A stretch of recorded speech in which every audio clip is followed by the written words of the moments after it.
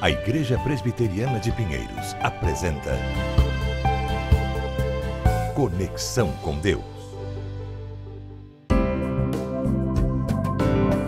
Olá, tudo bem com você? Muito obrigada pela sua companhia, viu? É um prazer estar aqui com você em mais um programa Conexão com Deus e, claro, como sempre, um privilégio também a gente desfrutando de toda a sabedoria e recebendo o entendimento do Reverendo Hernandes. Tudo bem, Reverendo? É um privilégio, Bel, estar aqui com você mais uma vez. Privilégio partilhar com você assuntos tão importantes à luz da Palavra de Deus. Então, o programa de hoje tem muita coisa bonita para se ver. Sim. E nós vamos compartilhar isso com muita alegria com você. O tema de hoje é o fruto do Espírito. Então, nós vamos falar sobre esse assunto. Exatamente. Né, com detalhes, né, Reverendo? Se Deus quiser. Fique conosco, então. Conexão com Deus começa agora. Estamos apresentando Conexão com Deus. A vida é feita de momentos. Momentos de sorrisos, momentos de lágrimas, momentos de anseios e saudades.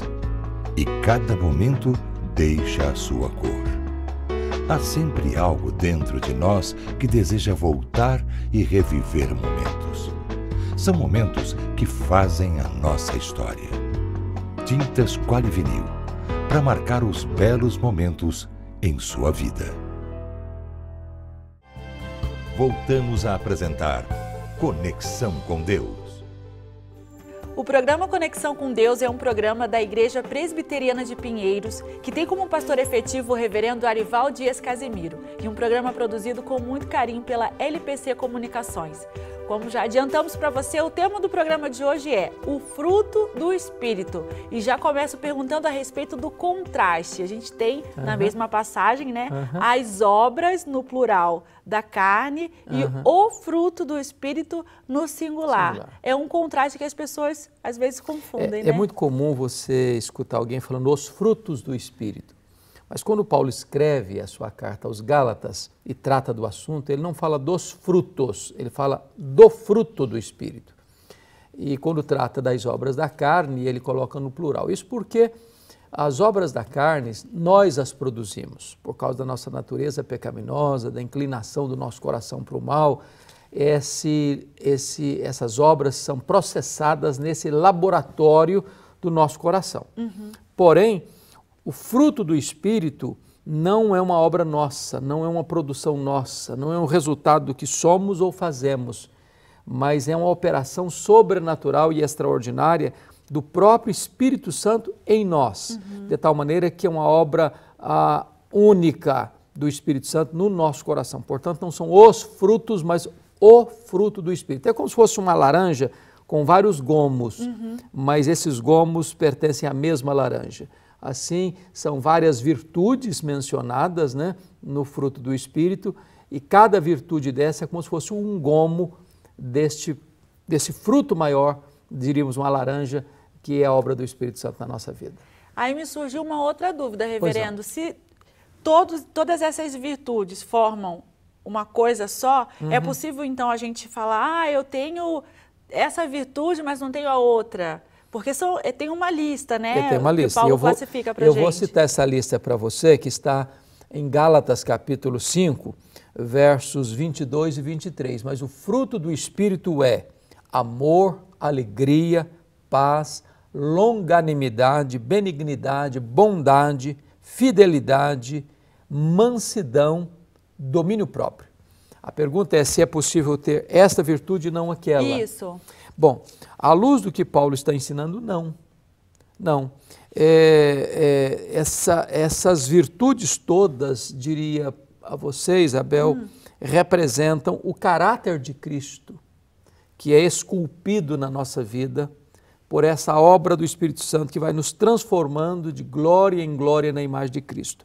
Então, uma pessoa que tem amor, ela também tem alegria, ela também desfruta de paz, ela também é paciente, tem ânimo longo, ela também é bondosa com as pessoas, é benigna, ela demonstra praticamente o bem às pessoas com bondade, ela é fiel às suas alianças, aos seus compromissos, fidelidade, ela tem capacidade de abrir mão dos seus direitos, mansidão, e ela tem domínio próprio, ela não é destemperada emocionalmente. Então, não é possível que uma pessoa tenha uma e não tenha a outra. Entendi. O fruto do Espírito é um bloco só, é um fruto só. É preciso ter todas as virtudes ao mesmo tempo. E com relação ainda a esse versículo em específico, teria algum significado mais latente, mais objetivo a respeito do que é o fruto do Espírito Santo? Muito bem. O fruto do Espírito é a obra do Espírito Santo, o resultado da obra do Espírito Santo em nós. O que é que o Espírito Santo está fazendo na nossa vida? Desde o momento em que ele nos regenerou até o momento em que seremos glorificados. Então veja você que nós estamos aqui do nascimento à glorificação. É num processo.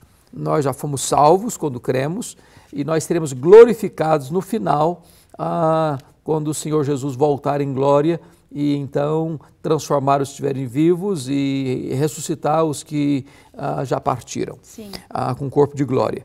Nesse processo, o Espírito Santo está esculpindo em nós, produzindo em nós o caráter de Cristo, nos tornando parecidos com Cristo, semelhantes a Cristo. Então, o fruto do Espírito nada mais é do que a evidência na nossa vida do caráter de Cristo em nós. Então, nós precisamos ser parecidos com Jesus. Por isso somos chamados de cristãos, né? Pessoas que refletem Cristo. E essa reprodução em nós do caráter de Cristo, a Bíblia chama de o fruto do Espírito. Existe algum meio que a gente possa doutrinar a nossa mente ou controlar as nossas emoções a ponto da gente conseguir realmente desenvolver todos eles em conjunto? Porque falando assim, parece ser meio impossível que isso aconteça, né, reverendo? O que é importante, Isabel, é o seguinte: o fruto do Espírito não é tanto um esforço nosso, um empenho nosso, uma realização nossa, uma conquista nossa. O fruto do Espírito é exatamente essa obra do Espírito Santo de Deus em nós. É quando você está levando Deus a sério, em obediência, lendo a palavra, tendo uma vida de piedade, de oração, participando dos cultos públicos, levando a sua mente a ser cativa à obediência de Cristo, fazendo da palavra de Deus a sua regra, única regra de fé e prática, levando tudo aquilo que Deus ensina a você e você, pela força e pelo poder do Espírito Santo, começa a viver. Então, esse fruto começa a ser evidenciado. Agora, imagine uma pessoa que ela não tem amor pelo seu próximo, ela não tem alegria em Deus, ela não tem paz na alma, ela tem um ânimo curtinho, estupim curto, explosiva. Ela, em vez de ser benigna, ela é maligna, ela maquina o mal, ela arquiteta o mal. Em vez de ela ser bondosa com as pessoas, ela pratica o mal às pessoas em vez de praticar o bem. Ela não é fiel aos compromissos que assume nas suas palavras, nas suas ações. Ela é destemperada, ela não tem domínio próprio. Ela, onde chega, cria problema. O que essa pessoa está demonstrando? Primeiro, ela está demonstrando que não nasceu de novo. Segundo, ela está demonstrando que Cristo não habita nela. Terceiro, ela está demonstrando que não tem maturidade espiritual. Então, algumas pessoas pensam que o que evidencia a espiritualidade de uma pessoa são os dons espirituais. Né? Eu tenho esse dom, então eu sou uma pessoa muito espiritual. Bobagem. Não são os dons espirituais que refletem o que demonstram maturidade espiritual. Por exemplo, a igreja de Corinto tinha todos os dons. E Paulo diz que aquela igreja era uma igreja imatura, era uma igreja bebê espiritualmente. Né? Tinha divisões, tinha problemas de moralidade, tinha brigas internas, tinha problema de falta de limites na liberdade cristã, tinha, por exemplo, deficiências doutrinárias com relação à ceia do Senhor, com relação à ressurreição, com relação aos dons espirituais, com relação à mordomia dos bens, mas aquela igreja tinha todos os dons, mas era imatura, Agora, o que é que define a espiritualidade de alguém? Não são os dons, é o fruto do Espírito. É o caráter de Cristo esculpido em nós pela operação do Espírito Santo. Como se o fruto do Espírito fosse o resultado, né, a manifestação, o resultado de todo um modo de viver. Né, diria para você numa frase bem curta, que é a manifestação externa da obra interna do Espírito Santo em nós. Ótimo, nossa, que definição interessante, né? E excelente também para gerar em nós uma autoanálise, né, reverendo? Com certeza. Nós precisamos sempre estar examinando a nossa vida pelo prumo da palavra, né, pelo filtro da Escritura, para saber se de fato Cristo habita em nós. Porque Cristo habitando em nós, esta é a verdadeira esperança da glória, diz o apóstolo Paulo. E de todo discípulo é o alvo, né? Com certeza. Nós temos um propósito, Paulo diz isso em Efésios capítulo 4, que o projeto de Deus para todos nós é atingirmos a plenitude do varão perfeito, que é Cristo Jesus. Né? Em outras palavras, Deus não apenas está determinado a nos levar para a glória, mas também a nos transformar à semelhança do Rei da Glória. Isso é maravilhoso, porque não é só uma questão de ser salvo, mas é uma questão de ser transformado à semelhança do nosso glorioso Redentor, Jesus Cristo. Reverendo, aproveitando que a gente está com poucos minutos para encerrar o nosso programa, eu já queria agradecer a quem está nos assistindo e, naturalmente, como a gente está aqui na internet, tem pessoas que estão nos vendo que não são de São Paulo capital, são de outras cidades, outros estados, enfim. Mas quem está aqui em São Paulo e está próximo da Igreja Presbiteriana de Pinheiros está mais do que convidado a ir conhecer, né? E deixa eu falar para as nossas pessoas que estão aí nos assistindo. A Igreja Presbiteriana de Pinheiros tem recebido pessoas toda semana, por uma razão muito simples. O seu compromisso de ensinar com fidelidade, com zelo, com profundidade, ao mesmo tempo com simplicidade, a palavra de Deus. Vem estudar conosco.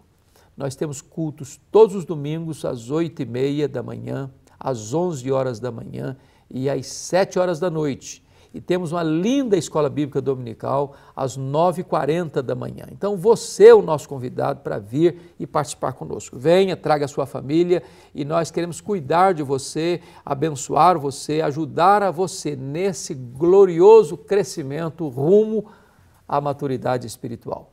E se você tiver vontade de conferir outros programas, né, nós temos aqui à sua disposição outros temas para você acompanhar, para você se aprofundar. Existem programas que contam com a participação do reverendo Arival. Exatamente. Né, que também fica aí o convite para você assistir, né, reverendo? Exatamente. E é uma grande bênção porque você pode fazer um reprise desse programa e tantos outros que estão lá no canal do YouTube da Igreja Presbiteriana de Pinheiros. Você acessar a Igreja Presbiteriana de Pinheiros, você tem lá centenas e centenas de mensagens, seja do nosso programa Conexão com Deus aqui pela internet, sejam de mensagens que nós pregamos lá na Igreja de Pinheiros e certamente isso vai abençoar a sua vida. Não importa onde você estiver no mundo, você poderá ser edificado pelas mensagens da Igreja Presbiteriana de Pinheiros.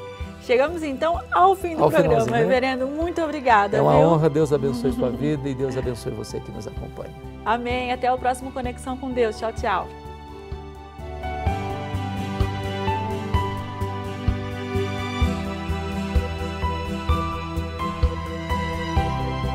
Conexão com Deus, um programa da Igreja Presbiteriana de Pinheiros.